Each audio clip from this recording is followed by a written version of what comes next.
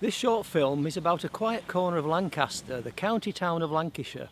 I think everybody associates Lancaster with the Ashton Memorial when you come up the M6, perhaps its fine Georgian buildings, the superb medieval castle, but not many people are aware that literally 2 minutes walk from the castle we have a real unique group of buildings. This group of buildings is known as the Westfield War Memorial Village. My name is Andrew Lowe. I'm a retired town planning officer, building conservation officer, and I think this village is very special. I've known it over 50 years. You could say I've married into it because my wife's parents are the oldest residents on this village and they've lived here for 67 years. So let's go back 100 years and see how this village really came about. And the two key people, a local landscape architect and a philanthropic benefactor. Thomas Mawson, internationally renowned town planner, landscape architect, garden designer. And he was very much involved with the Garden City movement, where, as a reaction against the tight groups of terraced houses in the mill towns, the idea was to have suburbs and build trees, lined boulevards, and make the houses attractive.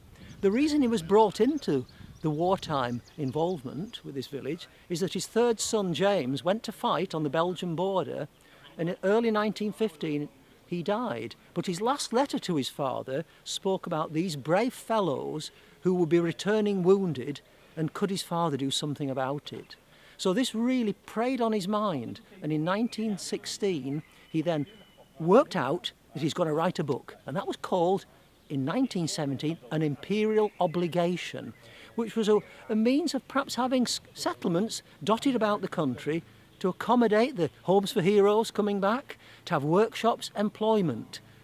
So what he decided to do is send this to key people in the country, ministers, clergy, the captains of industry. He got a very lukewarm, rather hostile reaction from the government, but he got overwhelming support, and in particular from Herbert Lushington Story. The Story brothers have been in Lancaster since 1848, highly renowned, making tablecloth material, oilcloth. And he was a great benefactor of public buildings, particularly educational buildings. And he said to Thomas Mawson, right, I'll give you our family home, Westfield House. I'll give you 16 acres of land, free of charge. And Thomas Mawson said, right, I'll design it free of charge. And his practice designed the layout and the majority of the buildings. So what we've now got is a man with a dream and a man with the means of doing it. And then we end up with the village we can see behind me. It started off in 1919 with the first cottage, and then it gradually grew through fundraising efforts, and it grew right through to the 1980s, 1990s. It is a village to commemorate the dead, but it is a village where people live.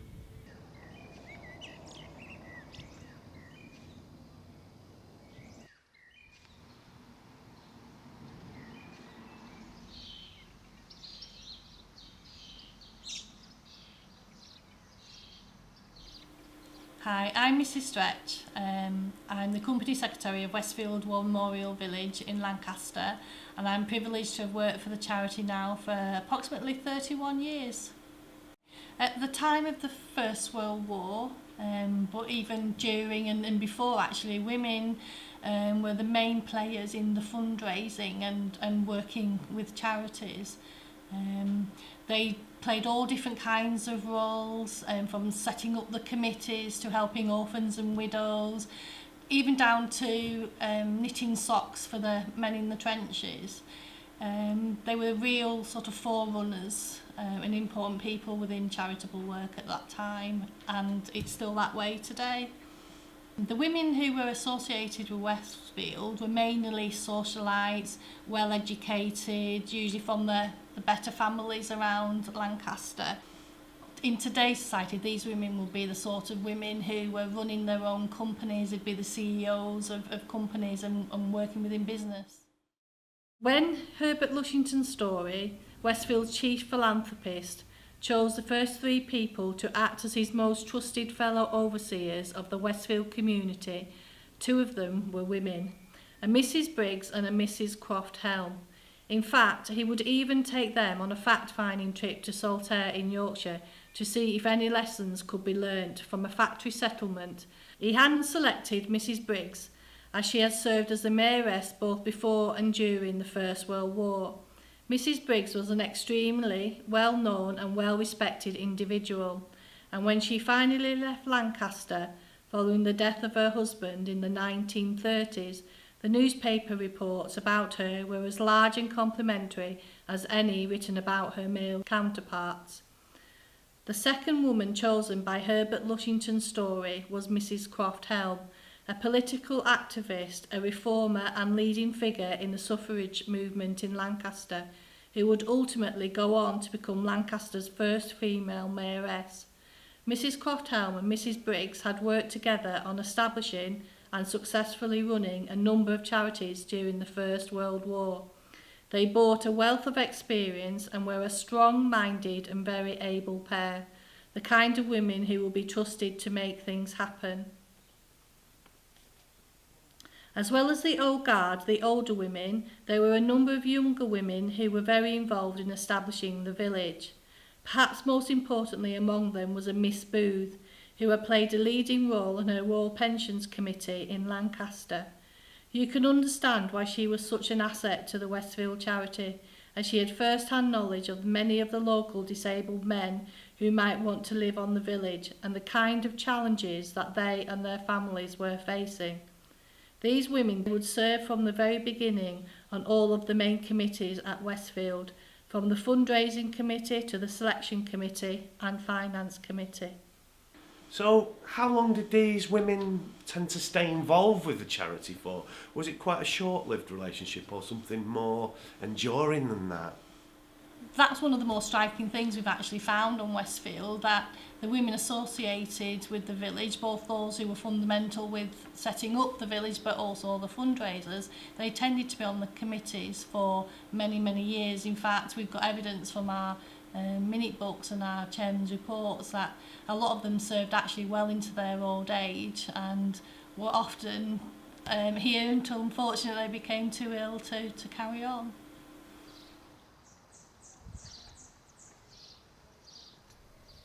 Hi, my name's Ruth Good and I've lived on Westfield Village for over 3.5 years. This is Lale Terrace on the Westfield Village, a collection of 4 properties that provide the only tribute to a pretty remarkable woman called Hilda Lale, a woman whose efforts would change the face of fundraising as we know it. After the Westfield fundraisers had exhausted all of the avenues that they could think of in the early 1920s, they were left with a major problem. They had only raised enough money to build just over a dozen properties. It wasn't so much a village as a street, and they had massive waiting lists for the properties.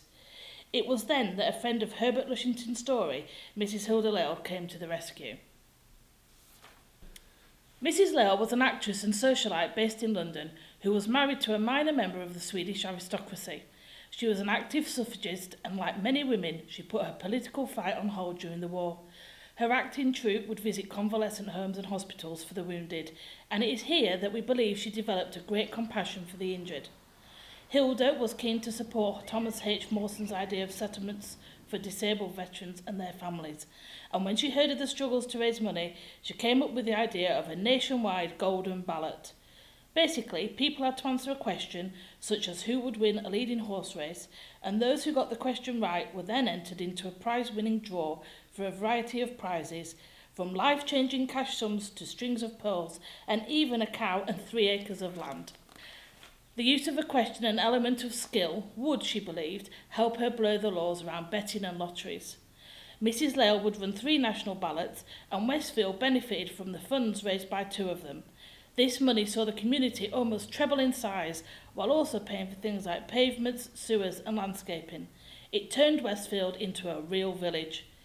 Despite the fact that all the profits from the ballot were used to support injured servicemen, Hilda Lale was charged with running an illegal lottery under the laws of the Betting and Gaming Act.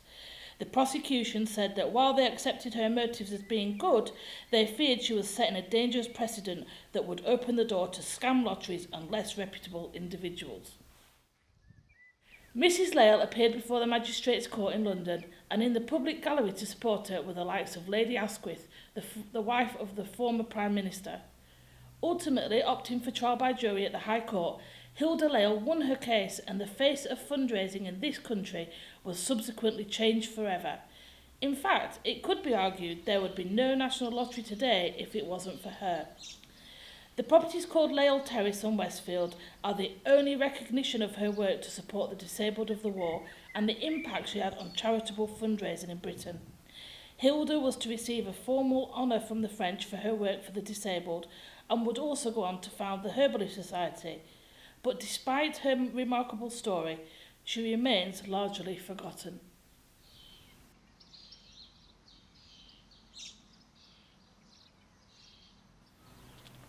My name is Janet Lowe.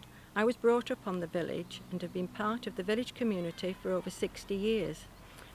The cast bronze memorial, a Grade 2 star listed building, stands at the heart of the village and has its own unique story to tell. The memorial was designed by Miss Jenny Delahunt. Jenny, a very talented artist, trained at the Manchester School of Art and won many awards and scholarships for her exhibited work. In the early part of the 20th century, she secured a post as assistant art mistress at the Lancaster School of Art, which was part of the Story Institute. The Story Institute was funded by the Story family of Westfield to support education for all in the wider area.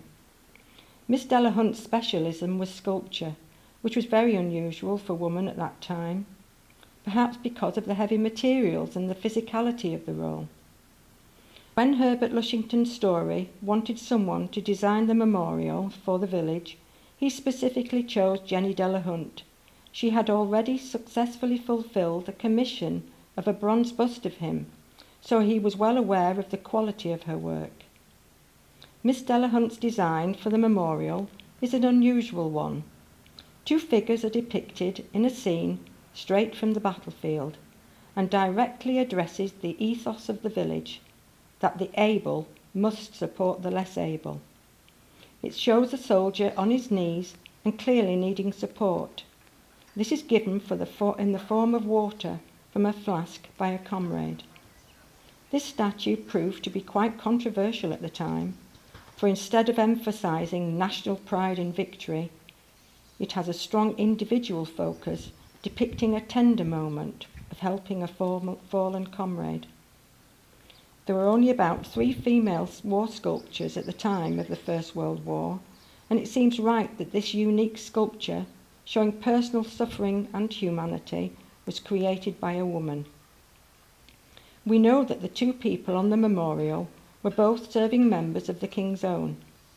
The injured man is Jack Ward, and the standing man is Richard Allen.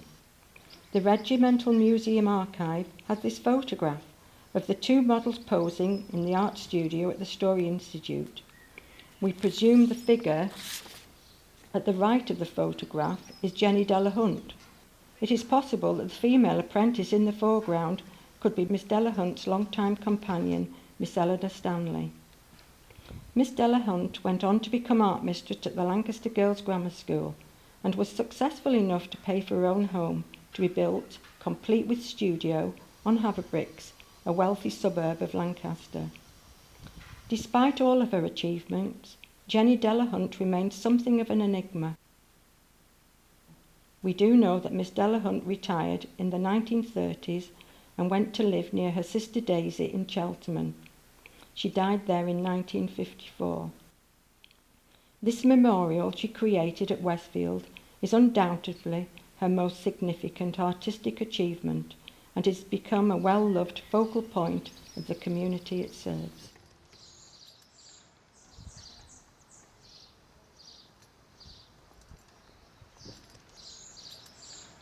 My name's Pauline Elliott, and I'm one of the volunteers for this particular project. I've had a link with the Westfield Memorial Village for some years now, as my husband is the chairman here. What interests you about the women? What do you think must have been the challenges for them? Well, I just can't put myself in their situation where they've been living a life on their own, doing their own thing, managing the children, working, and then suddenly they've got this other person in their life, which may not have been the person who went away, and they have to learn to do things like dress and bandage wounds, also deal with the mental problems of people who'd seen horrific things that you can't even begin to imagine, and then carry on doing the household chores, heavy physical work, no modern appliances, and still look after children, and maybe even go out to work because their husbands can't work. My name is Carolyn Lowe. I was born on Westfield Village. My grandparents moved here in 1933. They had 2 daughters, Laura and Eunice, and Laura was my mother. My grandfather was invalided out of the First World War due to a bullet hole in his arm, and it was quite normal to see men with eye patches and on crutches, and I was just so used to it that it was just an everyday occurrence. My grandmother, she was a strong woman, but she was very kind. My mother worked full time, so really my grandmother brought me up, but also with the aid of Mrs. Woodhouse, who lived next door, because when my grandmother was at work, Mrs. Woodhouse would sometimes come in and bring me hot drinks. Everybody knew everybody. It's the women I remember really more than the men, because it was the women who looked after everyone. I have a photograph I've kept all these years of my grandmother talking over the fence to Mrs. Woodhouse, and while we children played in the garden. And as I said, they would swap recipes and swap stories, and they'd spend hours just talking over the fence to each other.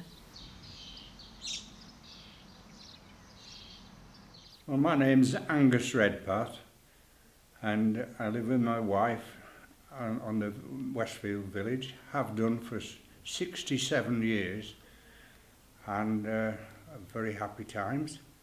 How did you come to be on the village? What was? I was disabled out of the Royal Navy in 1948, and I was serving in the Far East, and I got tubercular arthritis in my hip. And so from becoming a very sporty type of person, I was disabled and had to bear the consequences. I think the biggest thing that hits you is that I was engaged at the time, and I wondered just how my partner would be affected by my disability, and whether she'd still be waiting for me when I got back. When I got home, I was in what they call a spiker plaster for us at the time. It was a plaster cast from my chest down my left leg, and so I couldn't get about very well, only on crutches. And my wife, she had a terrible lot of things to do for me at that time, as you can appreciate. Can I ask you about when, obviously, your injuries were during the Second World War? Yes. When you moved on to the village, Yeah. it would mainly have been First World War veterans. A terrible lot of... Can you tell us a little bit about what you remember about the kind of injuries that there was they had? far more amputees from the First World War than the Second World War. And there's some really very badly injured men on the village. And the women of the village were marvellous with their husbands and that, and what they had to do for them and things like that. When you look back on that period of your life, how do you think you coped with that mentally, and how important was your wife to helping you through that? I think she was 99% responsible for the way I got over it. Yeah, we had a great relationship, and it was one of the reasons that, kept you going. My name is Catherine Redpath. I've lived on the village for 67 years. Both sides each side of where I lived, both were amputees, and I thought my husband was badly disabled, but when I saw what these women had to do, except for going to hospital regular basis, they had more to do than me, because their husbands, they had to dress their stumps and everything. And but gradually I fitted in well into the village and found that there was quite a few of maybe a bit older than me. I'd come from the Second World War, and the children mixed in. I had 4 boys and a girl on the village, and gradually I noticed that the older women were becoming more friendly with us, and we mixed well with them. Some of them had to go to work, and before they had to go to work, they had to see to their husbands, which must have been pretty difficult for them.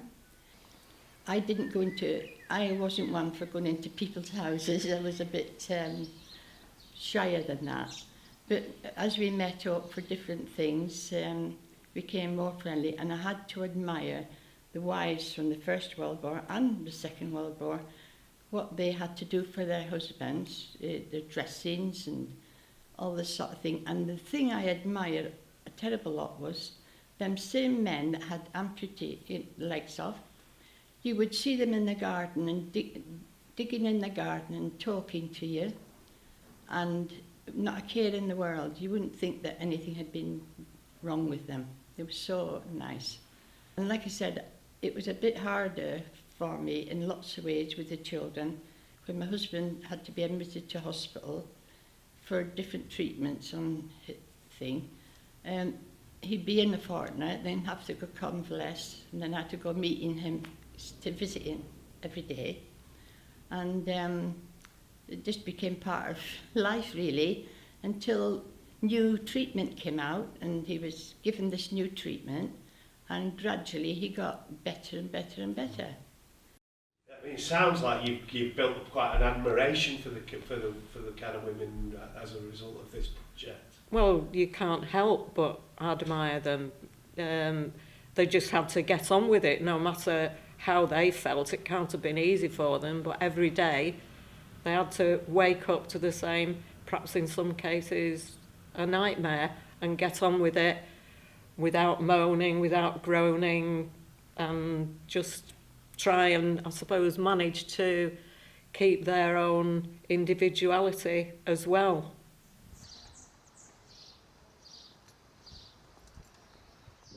My name's Sam, I'm 17, I've lived on this village all my life.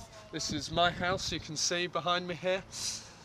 Can you tell me how you came to be involved in this? Have you got an interest in history? Well, I studied history at GCSE, I'm now studying it at A-level, so to learn more about the history of the place where I live is very interesting. Can you tell us what you found interesting about the you know, looking at it from a female perspective? Well, I mean, when we look at the First World War in school, we focus on the wars, the men at the front, the fighting, and it's just been so different looking at the women back home and learning how they coped, how they picked up the pieces after the men came back.